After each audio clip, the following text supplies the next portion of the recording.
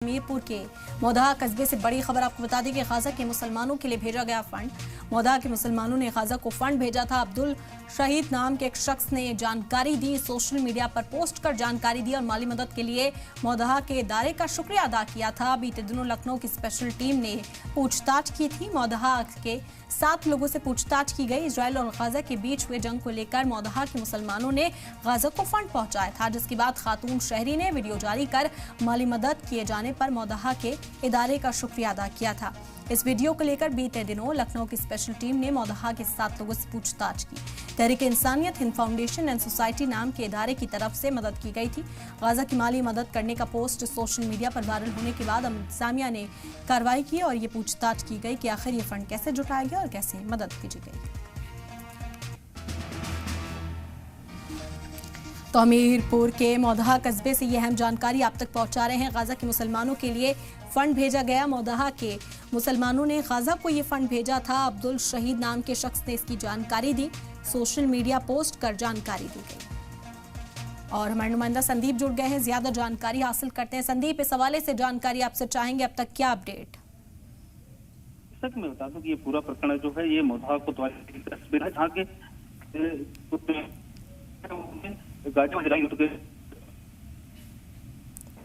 तहरीक इंसानियत हिंद फाउंडेशन नाम की संस्था के माध्यम से कुछ आर्थिक मदद भेजी थी और उसका एक वीडियो भी जारी किया था। जो वहाँ की एक महिला थी, उन्होंने शुक्रिया अदा करते हुए एक वीडियो जारी किया था और उस वीडियो को मोदहा के निवासी अपने सोशल मीडिया अकाउंट में पोस्ट किया। उस अकाउंट में पोस्ट होने के बाद में जो स्थानीय पुलिस और जो लखनऊ की स्पेशल टीम है उसकी रडार में आने के बाद से इनसे 7 लोगों से पूछताछ की गई थी और जानकारी जुटाई गई थी कि ये क्या है, किस तरीके से भेजा गया और ये फंड कहाँ से जुटाया गया था। इन तमाम चीजों को लेकर जो टीम थी उसने पूछताछ कर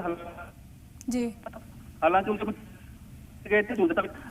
बिल्कुल संदीप, और अब कहा जा रहा है कि पूछताछ के बाद जो है अब मुस्तकिल इस तरह की कार्रवाई पर भी नजर बनी हुई है। बेहद शुक्रिया आपका फिलहाल तमाम जानकारी हम तक पहुंचाने के लिए। तो हमीरपुर के मोदहा कस्बे से ये बड़ी खबर आप तक पहुंचा रहे हैं। गाजा के मुसलमानों के लिए फंड भेजा गया था और लखनऊ की एक टीम ने क्योंकि पूछताछ की है, स्पेशल टीम के जरिए पूछताछ इन लोगों से की गई थी। इसी पर मजीद जानकारी हम हासिल करते हैं। अतीक भी हमारे नुमाइंदा इस वक्त हमारे साथ है। अतीक, कहा जा रहा है कि लखनऊ की स्पेशल टीम ने इनसे पूछताछ की थी, क्या एतराज जताए जा रहे थे इसे लेकर?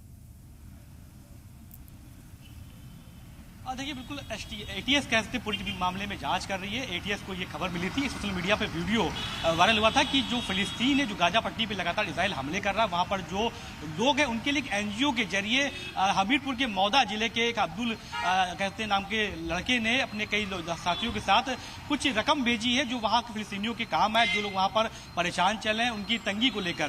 तो इसी को लेकर पूरे मामले में जाँच कर रही है। हालांकि एटीएस ने सभी लोगों से पूछताछ करी। लखनऊ से टीम हमीरपुर गई थी, वहाँ पूछताछ करके अभी फिलहाल सभी लोगों को छोड़ दिया है, मगर ये चेक की जा रहा है कि कहीं ना कहीं कोई ऐसा संगठन तो नहीं इसमें सक्रिय है जो लगातार जो फंडिंग की जा रही है, जो लोग गाजा पट्टी पे रहते हैं या इजराइल के लोग जो हमला किया था, जो शहीद लोग हो चुके हैं, वहां पर जो परेशान लोग हैं उनके लिए ऐसे कोई फंडिंग पूरी की जा रही है। इसको लेकर भी लगातार एटीएस सक्रिय है। फिलहाल पूरे मामले में जांच करने पर अभी तक अकाउंट खंगाले जा रहे हैं और जिस सोशल मीडिया से ये वीडियो अपलोड किया गया था उस वीडियो को भी चेक किया जा रहा है कि जो पैसा दिया गया था वो पैसा आखिर कहाँ से लाया गया था। ये बड़ी चीज है। इतना पैसा मदद के लिए पैसा लाया गया था। उनके जो पूछताछ अभी हुई है, बताया जा रहा है कि मुकम्मल हो चुकी है या आगे भी कई राउंड की पूछताछ का सामना अभी लोगों को करना पड़ सकता है, और लोगों की ओर से क्या कुछ कहा गया इस बारे में? अतीक,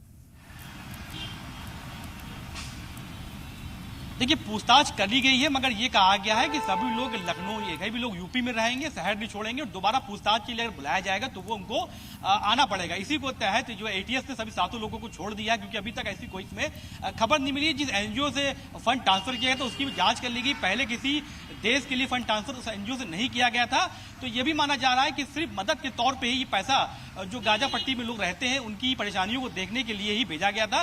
मगर क्योंकि एटीएस पूरे मामले में जांच कर रही है तो ये देखा जाएगा कि आखिर जो पैसा वो कहां से आया है और जो वीडियो वायरल किया गया है सोशल मीडिया पे उसकी भी जांच की जा रही है। उन लोगों से पूछताछ करके फिलहाल अभी एटीएस इन लोगों को छोड़ दिया और ये कहा है कि दोबारा अगर पूछताछ के लिए बुलाया जाएगा तो इन लोगों को आना पड़ेगा और जिस अकाउंट से पैसा ट्रांसफर किया गया है उस अकाउंट की भी जांच कर रही है। हालांकि पूरे मामले में एटीएस सक्रिय है, पूरी कोशिश की जा रही है कि कहीं ऐसा कोई संगठन तो नहीं इसमें इन्वॉल्व है या पैसा जो दिया जा रहा लोगों को पैसा आया कहां से, तो इन सब चीजों की जांच किया। फिलहाल अभी इन लोगों को राहत दे दी गई, 7 लोगों को जो एटीएस ने बुलाया था पूछताछ करने के लिए, जिसमें अब्दुल नाम का 6 लाख लड़का जो मेन था जिसने पूरा ये फंड इकट्ठा किया और सबके बयान दर्ज कर लिए गए हैं कि आखिर आप लोग जो पैसा दे रहे थे वो जो भेजा गया था वो एनजीओ जिस एनजीओ भेजा तो एनजीओ कहाँ की थी, तो पूरे प्रकरण में जांच चली। फिलहाल अभी दोबारा पूछताछ के लिए इन लोगों को एटीएस बुला सकती है। बिल्कुल, ये कोई तंजीम से वाबस्ता लोग बताए जा रहे हैं, अपनी सतह पर अतीक इन्होंने फंड जुटाया था, पैसा जुटाया था, क्या जानकारी इस वक्त तक मिल पा रही है? देखिए, जिन 7 लोगों को एटीएस ने बुलाया था, जो अब्दुल शहीद नाम का लड़का है, उसका कहना यह है कि हम लोगों ने इंसानियत के नाते लगातार जो वीडियो देख रहे हैं, गाजा के लोग भूखे प्यासे मर रहे हैं, उनके पास पैसा नहीं है, खाने के लिए चीजें नहीं है, उसी के तहत हम लोगों ने आसपास के लोगों से कहा कि कुछ पैसा ऐसा इकट्ठा करके वहां के लोगों को भेजा जाए। इसी में एनजीओ थी, उस एनजीओ के तहत अकाउंट से पैसा भेजा गया, तो ऐसी कोई इसमें सक्रिय चीजें नहीं है जिसको लेकर कहीं ना कहीं संदिग्ध मामला बताया जा रहा है। मगर फिलहाल सोशल मीडिया पर जब ये वीडियो आया, इस वीडियो को काफी फैलाया गया और ये कहा गया कि आतंकी संगठन द्वारा पैसा भेजा जा रहा है। इसी को लेकर एटीएस सक्रिय हुई। लखनऊ में जो अधिकारी एटीएस के उन्होंने हमीरपुर रुख किया और वहां पर जाके इन लोगों से पूछताछ की, बैंक अकाउंट खंगाले, मगर किसी का बैकग्राउंड कोई क्रिमिनल नहीं पाया गया है, कोई इनके फोन में ऐसी कोई संदिग्ध चीज नहीं पाई गई है, ना कोई किसी देश से कोई कनेक्शन पाया गया है। इसी की बिहार पे 7 लोगों को छोड़ दिया, मगर ये वार्निंग दी है कि अभी वो लोग यूपी में ही रहेंगे, हमीरपुर छोड़ेंगे नहीं, दोबारा पूछताछ के लिए बुलाया जाएगा तो उनको वापस आना पड़ेगा। सभी युवकों ने यही कहा है कि सिर्फ मदद के तौर पर ही पैसा भेजा गया था, बाकी इसमें कोई ऐसी बात नहीं थी जिससे उनकी जांच की जा रही है या उन्हें परेशान किया जा रहा है। बिल्कुल, बेहद शुक्रिया अतीक आपका तमाम जानकारी फिलहाल हम तक पहुंचाने के लिए।